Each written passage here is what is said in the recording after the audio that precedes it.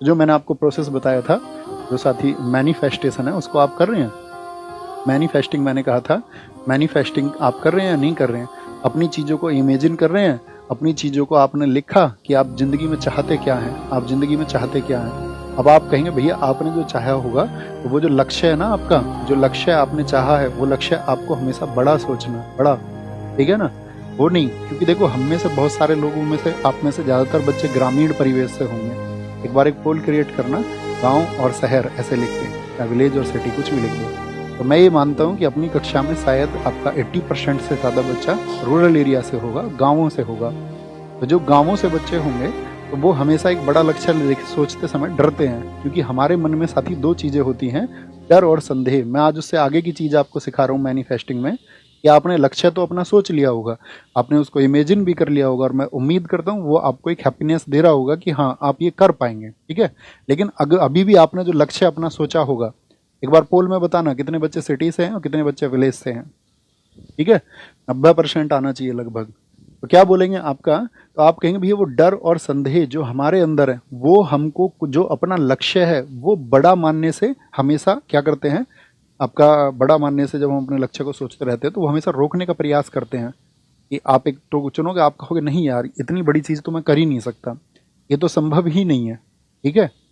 और ये तो मतलब इतनी बड़ी चीज़ है कि पॉसिबल नहीं है। देखो मैं भी विजन बोर्ड पे काम करता हूँ, मेरा भी कुछ लक्ष्य है अपने जीवन में जो मुझे प्राप्त करना, और मैं उस लाइफ को जीता हूँ और मैं उसको प्राप्त करके रहूँगा। ये मैं तुमसे कसम से बोल रहा हूँ, ठीक है, कि मेरी भी एक जर्नी है आप लोगों के साथ में ही, और उसको हम प्राप्त करेंगे, ठीक है। तो उसमें हमेशा डर होता है, संदेह होता होगा आपको, यार ये मैं कर पाऊंगा या नहीं कर पाऊंगा। ठीक है, ऐसे छोटा टारगेट लिख लेता हूँ।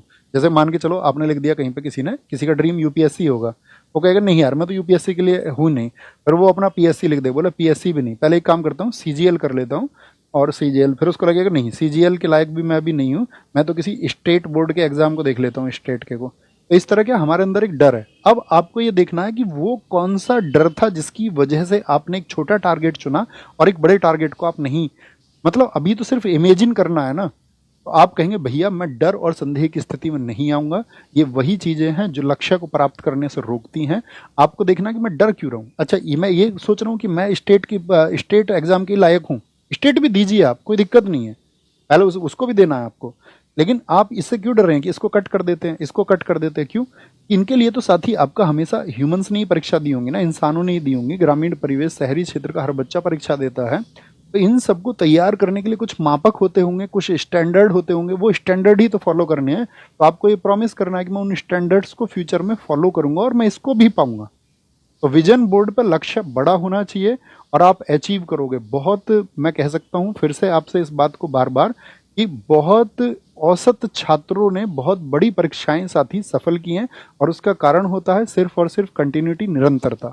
दो चीज लिखना आज, डर और संदेह, इसको काट देना। आपके जो भी डर हों उसके 5 पॉइंट जरूर लिखने हैं आज आपको। 5 पॉइंट, आप किन चीजों से डरते हो कि आप क्यों नहीं कर पाओगे, वाई, ये लिखना है आपको, अपने शब्दों में लिखना है कि क्या कारण है कि मुझे लगता है कि मैं ये नहीं कर पाऊंगा, और फिर उनको दूर करना है धीरे धीरे। तो दूसरा स्टेप हो गया, हमको 7 स्टेप आपको सिखाने हैं अभी।